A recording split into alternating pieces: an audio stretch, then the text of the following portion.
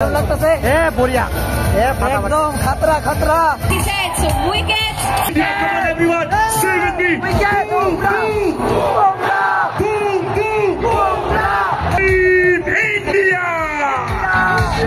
তো গাইস আমি কখনো ভাবি নাই যে ইন্ডিয়ার ম্যাচ আমি এত ক্লোজলি দেখুম। তো চলো ভিডিওটা শুরু করা যাক। Guys welcome back again the new blog and guys আমি অমিত আর তোমরা দেখতেছো ফ্রাউরি ব্লগ। আমরা যেমন 4:30 থেকে 5টা সকাল টাইম রাস্তা হলো পুরো খালি, আর রাস্তায় মানুষ থাকবো বা কেন সকাল সকাল কোনো কারণই নেই, কারণ ছাড়া বিরাং আমি কে রাস্তায় আসে। তো গাইস এখন তো আসলাম বাস স্ট্যান্ডে, এখন মানে হাই রোড এটা, তো এখান থেকে বাস ধরতে লাগবো। তো বাস ধরে তারপরে যাবো ডাইরেক্ট গুয়াহাটি, কারণ না আজকে হলো ইন্ডিয়া আর সাউথ আফ্রিকার খেলা, সামনে তো বুঝেই গেছো। তো এখন দেখি বাস কত টাইমে আসে, এখন বাস আসবো তারপরে বাস ধরুম, তারপর দেখি তো এখানে কি করতে আছে। ঝালকবাড়ি এখান থেকে উবের বুক করুম, এবার ক্যাব একটা বুক করি, ক্যাব বুক করে ডাইরেক্ট বর্ষাপাড়া যাই। তো গাইস জাস্ট ক্যাব আসলো, ক্যাব বুক করছি 1 মিনিটের মধ্যে ক্যাব এসে গেছে। বহুত ভালো লাগলো আমার, ফার্স্ট টাইম 1 মিনিটের মধ্যে ক্যাব এসে।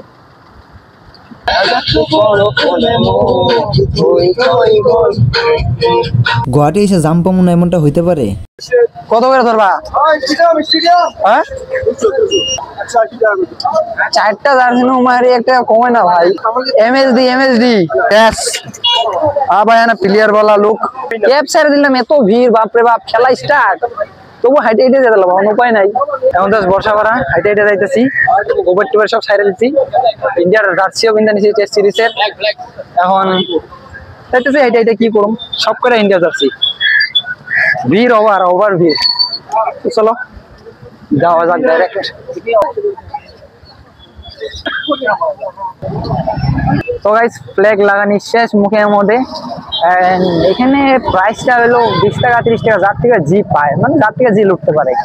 তো আমার থেকে নিলো 20 টাকা।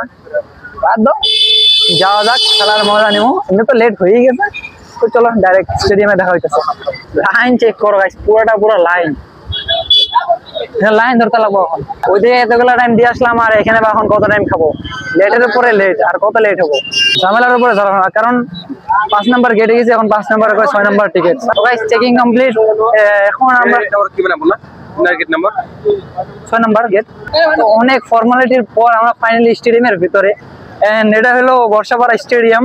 তো এটা হলো স্টেডিয়ামের বাইরে।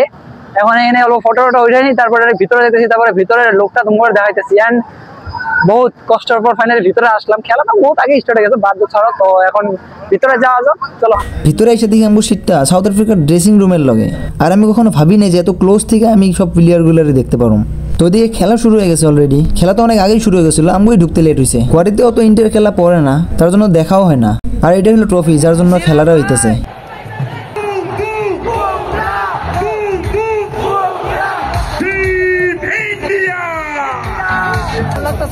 बढ़िया एकदम खतरा खतरा ब्रदर मुखर्जी सेट ब्रदर।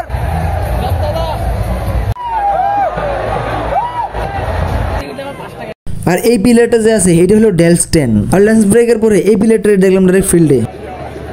শেষ জানি না ক্যামেরাম্যানের কি আমাকে দিয়ে ক্যামেরা ঘুরে রেখে দিছে।